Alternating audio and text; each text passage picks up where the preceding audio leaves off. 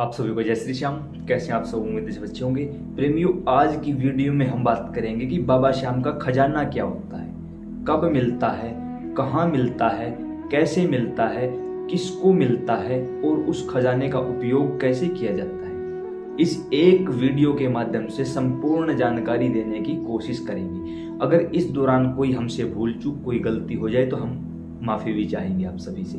आप सभी के फ़ोन मैसेज व कमेंट्स आए थे, उन्हीं के चलते ये वीडियो हम आपके लिए बना रहे हैं। देखिए, बाबा श्याम का खजाना मतलब कि बाबा श्याम के गर्भगृह से हमें कोई भी चीज़ प्राप्त होना, उसको खजाना बोला जाता है। जैसे कि आप किसी भी श्याम मंदिर में गए हो, वहाँ से आपको कोई फूल माला, कोई गुलाब का फूल, कोई इत्र, कोई प्रसाद या कोई खुले सिक्के कुछ भी मिला है, उसी को खजाना बोला जाता है। यह बाबा श्याम का खजाना कहलाता है। जैसा कि आप सभी के मेरे पास बहुत फ़ोन आए हैं कि हमें मंदिर से ये मिला, ये मिला, ये मिला, उसी को खजाना कहा जाता है। तो अब बात आती है, ये तो हुआ कि खजाना क्या होता है। अब बात आती है कि कब बांटा जाता है। देखिए, अगर मैं मेरी खुद की बताऊं तो जब भी बाबा ने किसी भी दरबार में आमंत्रित किया है, चाहे हमारे यहाँ हिसार, बीड़ बबरान में, शाहड़वा धाम पर, श्री चुलकाना धाम या फिर खाटू धाम, या जहाँ कहीं भी बाबा ने हमें बुलाया है, जहाँ कहीं भी दर्शनों का सौभाग्य दिया है, तो हम कभी भी त्योहार के दिन, एकादशी द्वादशी के दिन या किसी विशेष पर्व पर बाबा के मंदिर में नहीं जाते। इसके पीछे कारण है, हम सोचते हैं कि अगर किसी विशेष पर्व पर गए तो वहाँ भीड़ बहुत ज़्यादा होगी। और जैसा कि देखो, ये घमंड नहीं, सिर्फ आप लोगों के साथ बात शेयर कर रहा हूँ। आगे से आप लोग इस चेहरे को पहचानने लगे हो तो वहाँ फिर कहीं ना कहीं हमारी सेवा में बाधा उत्पन्न हो जाती है आप लोगों के चलते। इसी कारण जब किसी दरबार में जाते हैं तो ज़्यादातर हम चेहरे पर कुछ ना कुछ मास्क वगैरह लगा के जाते हैं ताकि आप लोग पहचान ना सको, और बिना बताए ही जाते हैं ताकि हम आप लोगों का समय भी ना खराब कर सकें और आप लोगों की जो पूरी पूजा पद्धति है वो भी खराब ना हो।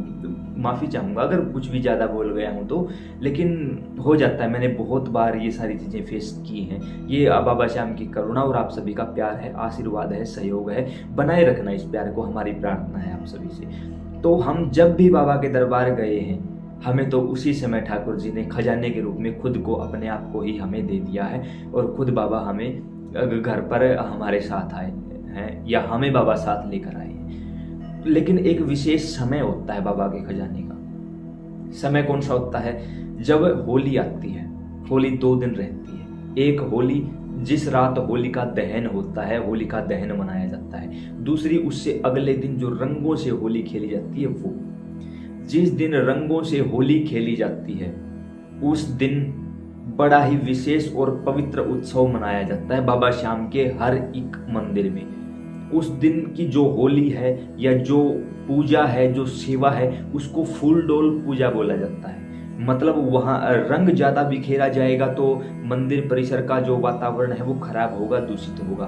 तो क्या करते हैं, प्रेमी फूलों से होली खेलते हैं बाबा श्याम के साथ। जैसा कि श्री धाम वृंदावन में होता है ना, वैसे ही हर एक श्याम मंदिर में ऐसा वातावरण बन जाता है कि फूलों के साथ बाबा के साथ होली खेली जाती है। इसको फूल डोल होली बोला जाता है। उस समय पर होली पर्व जैसे जैसे धीरे धीरे संपन्न होता जाता है, तो उसके बाद बाबा का स्नान करवा के, श्रृंगार करके, और शाम को 4 बजे के बाद आरती की जाती है। उस आरती के बाद सभी प्रेमियों को बाबा का खजाना बांटा जाता है जो वहां मंदिर परिसर में मौजूद होते हैं। वो खजाना बाबा श्याम का सबसे मेन खजाना होता है। वो पूरे साल में केवल एक ही दिन मिलता है, इसलिए उसको बाबा श्याम का मेन खजाना यानी महत्वपूर्ण, सबसे जरूरी खजाना बोला गया है। उस चीज में फूलमाला, अकेला फूल, इत्र, कोई प्रसाद, खुले सिक्के या बागा या और कुछ भी, कपड़ा या कुछ भी हो सकता है। वो अब आपकी किस्मत जानिए कि ठाकुर जी किस रूप में आपके पास आना चाहते हैं। दूसरा होता है बसंत पंचमी का पर्व। बसंत पंचमी के दिन, जैसा कि आप सभी को पता है कि बाबा श्याम का बागा बांटा जाता है, उसको भी बाबा श्याम का खजाना कहा जाता है। वो खजाना भी केवल किस्मत वाले प्रेमियों को मिलता है। ये 2 दिन होते हैं विशेष दिन। उसके अलावा जैसे कि हमने अपना खुद का अनुभव आपको बताया कि जब भी ठाकुर जी ने दरबार में दर्शनों के लिए बुलाया है, बाबा किसी न किसी रूप में विराजमान होकर आए हैं। जहां कहीं भी बुलाया है वहीं से भी। तो पहले आपने जाना कि खजाना क्या होता है, दूसरा खजाना कब बांटा जाता है, किसको मिलता है। जो मंदिर परिसर में मौजूद होते हैं उन सभी को मिल जाता है। अब बात करते हैं कि उससे क्या होता है।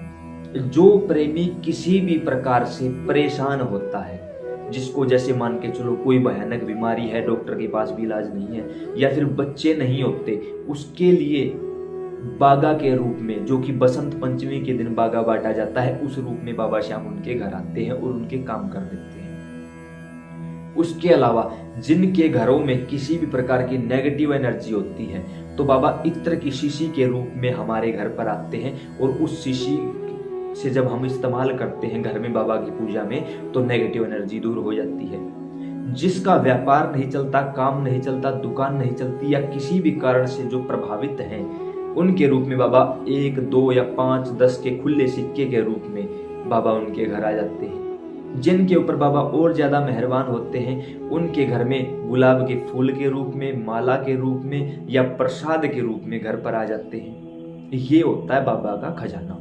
अब उस खजाने का हमें करना क्या है, अगला जैसा आपका सवाल था। सवाल तो आपके 1-2 ही आए थे, हमने अपनी तरफ से जोड़ दिया इन सवालों को, ताकि एक वीडियो के बाद आपको कोई वीडियो देखने की जरूरत ही ना पड़े। अब बात आती है कि उस खजाने का करना क्या है। अगर आपको गुलाब की या किसी अन्य फूलों की माला मिली है, सिंगल फूल मिला है, तो उसे अपने पूजा स्थान पर रख दो जब तक वो सूख ना जाए। जब लगे कि पूरी तरह सूख गया है, या तो उसको अपने खेतों में ले जाकर छिड़काव कर दो उसका। खेत नहीं है तो किसी पेड़ के नीचे उस माला को रखवा दो। हमें जल में नहीं बहानी है, पानी गंदा नहीं करना है, याद रखना। अगर आपको इत्र की शीशी मिली है तो उसको अपने ऊपर नहीं लगाना है, सिर्फ और सिर्फ बाबा श्याम की सेवा में यूज करनी है, और वो भी हफ्ते में 2 दिन। हफ्ते में 2 दिन सिर्फ, खुद पर नहीं लगाना है, याद रखना। इत्र के अधिकारी केवल बाबा श्याम और बाबा श्याम के पुजारी होते हैं, तीसरा कोई नहीं होता। और पुजारी भी तब तक होते हैं जब तक वो बाबा श्याम के गर्भगृह में मौजूद होते हैं, उसके बाद नहीं। अब अगर आपको कोई प्रसाद मिला है तो घर लाकर उस प्रसाद को आपस में बांटकर खा लेना। आज का समय वो समय, अगर आप किसी पड़ोसी को भी देते हो और अगर संयोगवश किसी के पेट में भी दर्द हुआ, तो वो बोल देगा हाँ बस उसने कर दिया, उसने अपनी सारी घर की गंदगी मेरे यहाँ छोड़ दी, अब तो बस मैं मरूंगा, अब तो मेरा बिना, पता नहीं कैसी कैसी बातें, दकियानुसी बातें करने लगते हैं। हमारा भी मन खराब होता है, बाबा का भी नाम बदनाम होता है, तो हमें ऐसा काम नहीं करना है। हमें खुद घर पर ही बांटकर खाना है। अगर आपको खुले सिक्के मिले हैं बाबा के दरबार से, तो उन सिक्कों को आप घर के मंदिर में रख सकते हो, खुद के पर्स में रख सकते हो, घर की तिजोरी में रख सकते हो।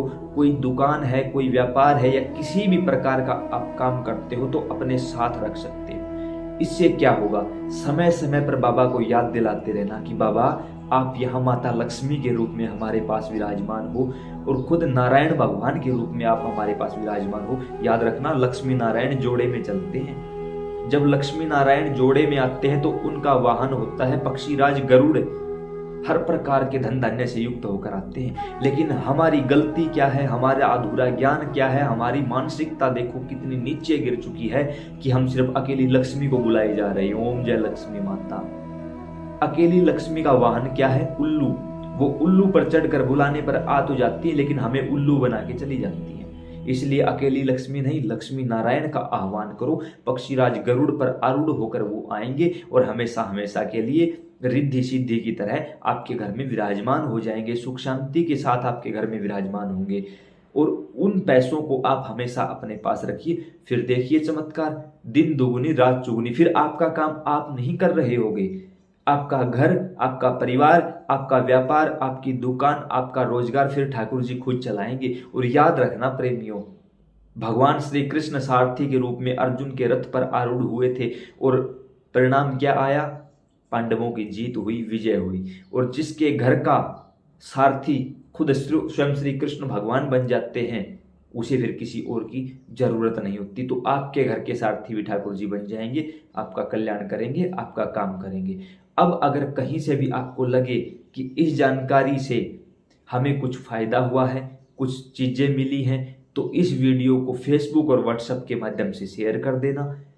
और ये लगे कि शेयर नहीं करना है तो अपने मुख से ये बातें किसी अन्य श्याम प्रेमी को बता देना, लेकिन कम से कम 10 लोगों तक हर एक प्रेमी इस बात को जरूर पहुंचाएगा। जय श्री श्याम।